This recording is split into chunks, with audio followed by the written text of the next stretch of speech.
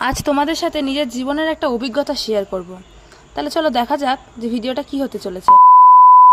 এখানে নিয়ে নিয়েছি তেঁতুল, ভিজিয়ে রেখেছি। তারপরে সুজি, সেটাকেও ভিজিয়ে রেখেছি। তারপরে হচ্ছে আটা নিয়ে নিয়েছি, আর ভিজানো সুজিটা ওর সাথে ভালো করে মিক্স করে নিয়েছি। আর এখানে মিক্স করছিলেন হচ্ছে আমার ননদ, খুব মজা করে মিক্স করছিল। হ্যালো গাইস, এখন ফুচকার এই যে ময়দার ডোটা মাখছি, জানি না ফুচকা হবে কিনা, তাও চেষ্টা চলছে। এই যে অনেকটা মাখা হয়ে এসেছে। তাহলে তোমরাও কথা শুনে বুঝতে পেরেই গেছো যে ভিডিওটা অ্যাকচুয়ালি কি হতে চলেছে। ফুচকা বানিয়েছিলাম, তাও আবার ইউটিউব দেখে দেখে। আমি তো রান্না জানি না, তাই ইউটিউব দেখে এরকমভাবে লেচিগুলো ভালো করে কেটে নিয়েছিলাম।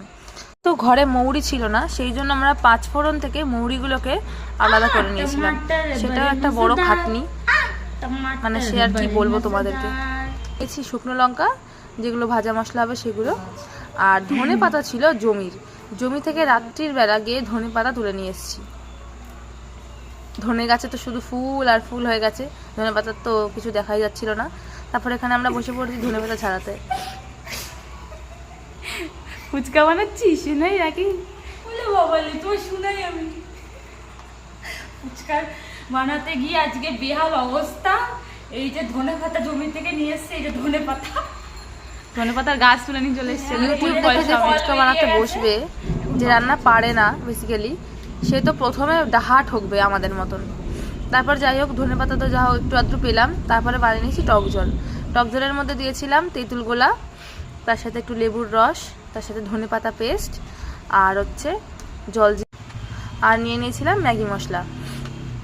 সব কিছু দিয়ে ভালো করে জলটা বানিয়ে নিয়েছিলাম। দেখেই নাও ধনে পাতা পেস্টটা কীরকমভাবে বানিয়েছি। তার মধ্যে দিয়েছিলাম লঙ্কা আর লেবু, ধনে পাতা দিয়ে ভালো করে পেস্টটা বানিয়ে নিয়ে সেই জলের মধ্যে দিয়ে দিয়েছিলাম। তার সাথে দিয়েছিলাম ভাজা মশলা যেটা বানিয়েছিলাম। আর এদিকে আমি শসাগুলোকে ভালো করে কেটে নিয়েছি, যেহেতু আলু সিদ্ধতে মাখা হবে। তাহলে চলো এবার দেখাচ্ছি আলু সিদ্ধটা কীরকমভাবে মেখেছিলাম।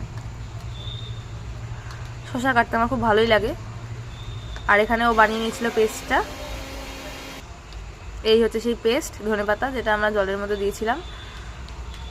আর এদিকে আলু মাখার মধ্যে নিয়ে নিয়েছিলাম ওই ভাজা মশলা, ম্যাগি মশলা, শসা কুচি, সিদ্ধ করা ছোলা, নুন, আর একটু ধনে পাতা কুচি আর লঙ্কা কুচি। ব্যাস, সরি লঙ্কা কুচি দিইনি, আমরা দিয়েছিলাম সিদ্ধ লঙ্কা। দেখতে ভালো লাগার জন্য ওপরে একটু শসা ছিটিয়ে দিয়েছিলাম। যাই হোক, জল আর আলু মাখা তো রেডি, কিন্তু মেন হচ্ছে ফুচকার মাখাটাও কমপ্লিট। কিন্তু লেচি করে